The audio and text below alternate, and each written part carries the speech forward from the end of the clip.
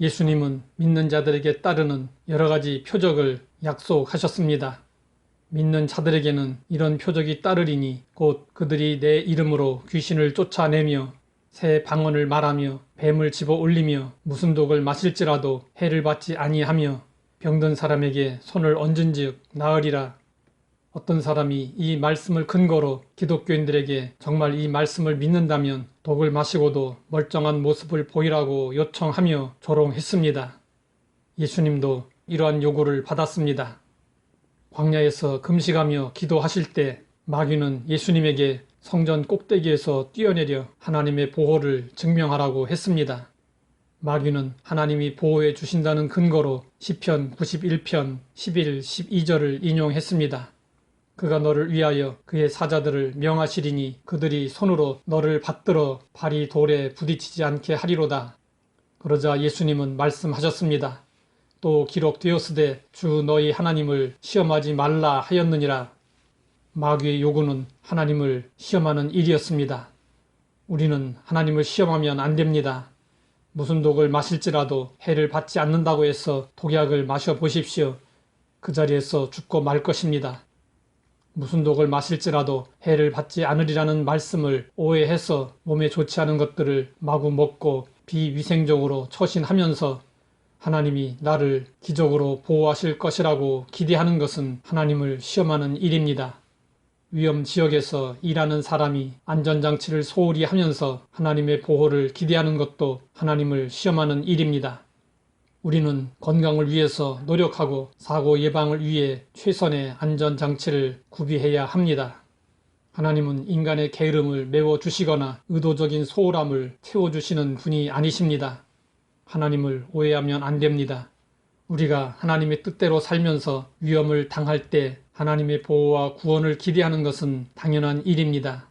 그러나 스스로 위험에 몸을 던지면서 하나님의 사랑과 보호, 기적을 요구하는 것은 하나님을 시험하는 일입니다.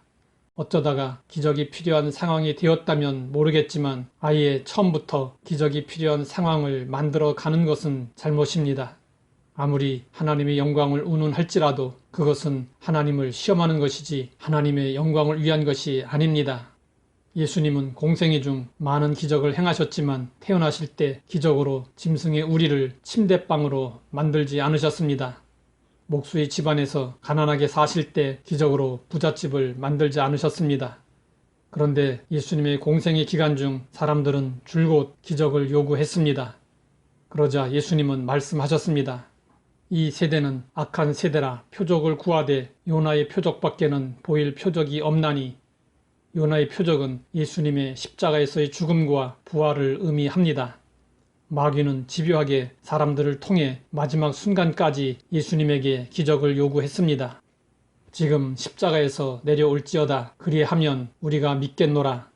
만약에 예수님이 십자가에서 내려오셨다면 저희들이 예수님을 믿었을까요? 그런 기대는 어리석은 것입니다. 믿고자 했다면 예수님이 공생애 중에 행하신 수많은 기적을 보고 진작 믿었어야 했습니다. 그들의 말은 조롱일 뿐이었습니다. 예수님은 인간의 구원이 사람의 호기심을 자극하는 기적을 통해서가 아니라 만세전부터 계획된 십자가의 희생과 사랑을 통해서 이루어짐을 아셨습니다.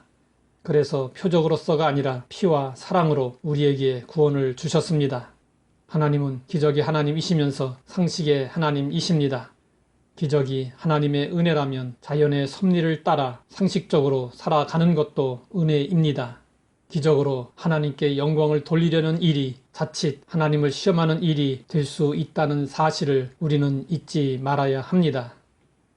하나님 아버지, 기적에 대해 바른 지식을 가질 수 있도록 깨우쳐 주시니 감사합니다. 기적을 요구하는 일이 자칫 하나님을 시험하는 일이 되지 않게 하옵소서. 예수님의 이름으로 기도드립니다.